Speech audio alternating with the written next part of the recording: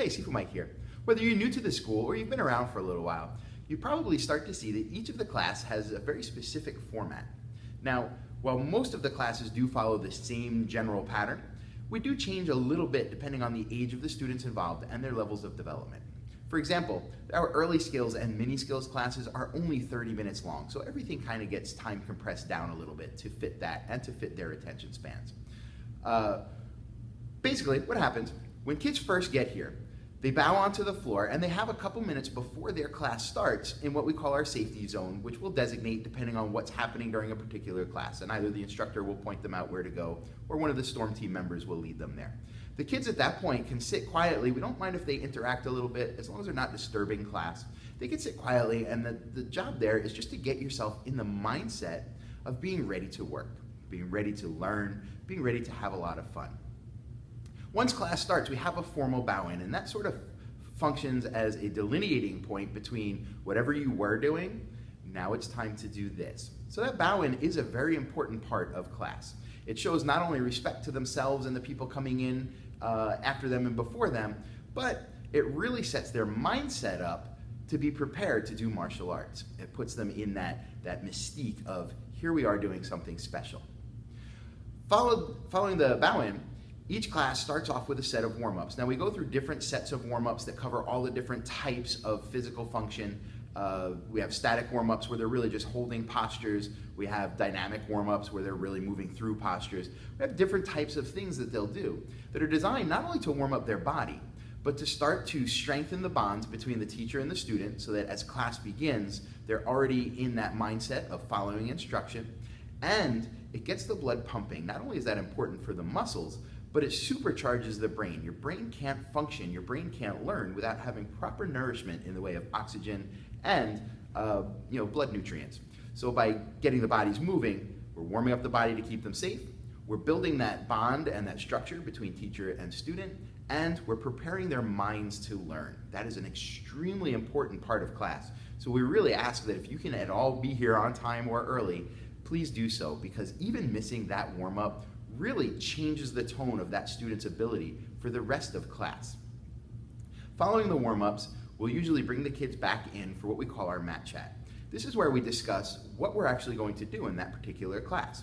We'll talk about the skill, we'll talk about why that skill is important to them as a martial artist, and how they can use that skill outside of martial arts, because if we just do what's important for them in here, you guys aren't benefiting at home as well. And we want the students to be well-rounded leaders in the community, not just within class.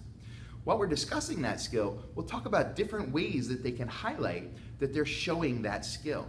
So for example, in one of my core classes, we might do technique. Now technique, we tell them, means the way that we do things. It's not just that I can do things, it's does it look good? Does it work properly? Am I doing it at the right time, in the right way? Are my other body parts that are accessories to that motion also doing the right thing? Then we explain to them, for example, that technique is very important as a martial artist because that's what lets us be efficient and effective in our motions. It lets us maintain our balance, it lets us increase our power and our speed. Outside of the martial arts, we also let them know that the way that we do one thing is the way that we do everything. So by building proper technique in class, that will also carry over to other things that they do outside of class, whether it's schoolwork or perhaps baseball. These things all carry over. By explaining to the kids really what we're trying to work on, they start to connect that upper and lower brain of just going through the motions and having an emotional response to what we're doing. Either they love it or they hate it. To being able to have that upper brain logical response to, oh wow, I see how this kind of ties together. I do want to be that person with better technique. I do want to be that kid that's better at baseball. And now they'll try a little harder because they have understanding of what happens. Now those warm-ups and that mat chat take about the first 10 minutes of class. And again, in early skills and mini skills, that's probably going to be a little shorter. So that first 10 minutes of class is what sets up everything else. Now, once the kids have warmed up their bodies and their brains and they've been given the reasons why they're doing everything, they'll go into a set of drills.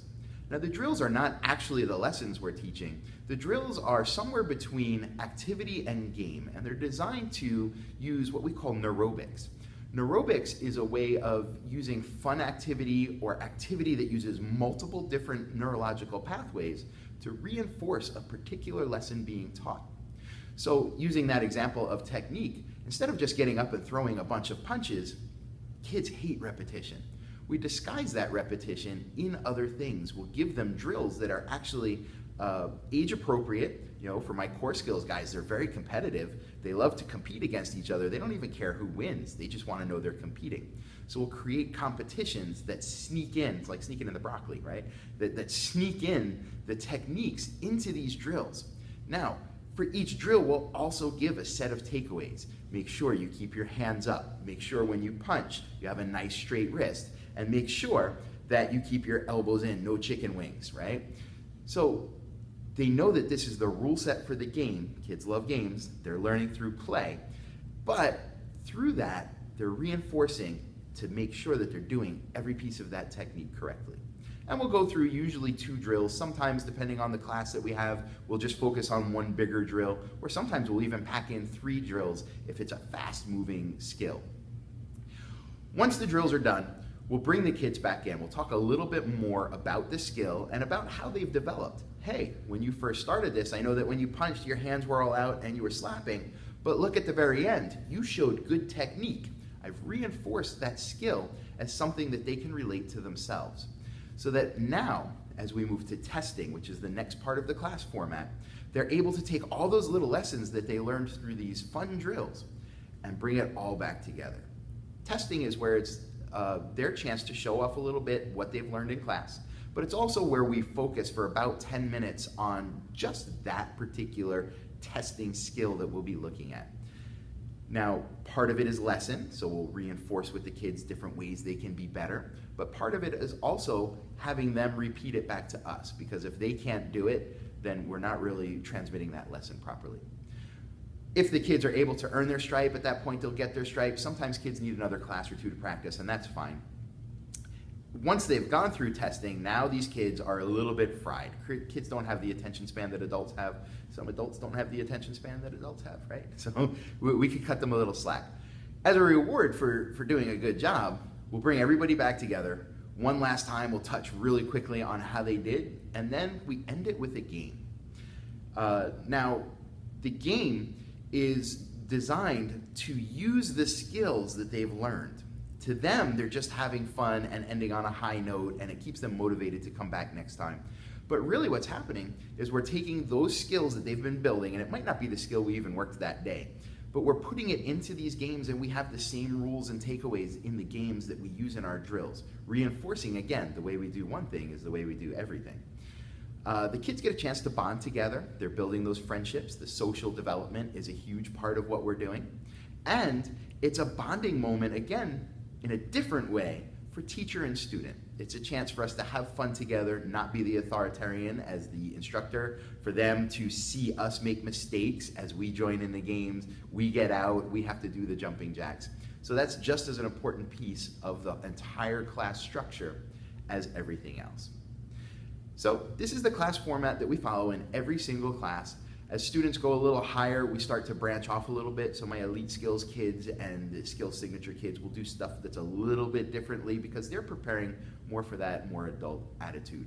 But definitely for mini skills all the way through up through extreme skills, we're following the format of the bow in, followed by the warm up, followed by the mat chat, followed by 2 to 3 drills, followed by testing, sometimes with a small cool down or stretch, and then followed by the game that brings it all back together.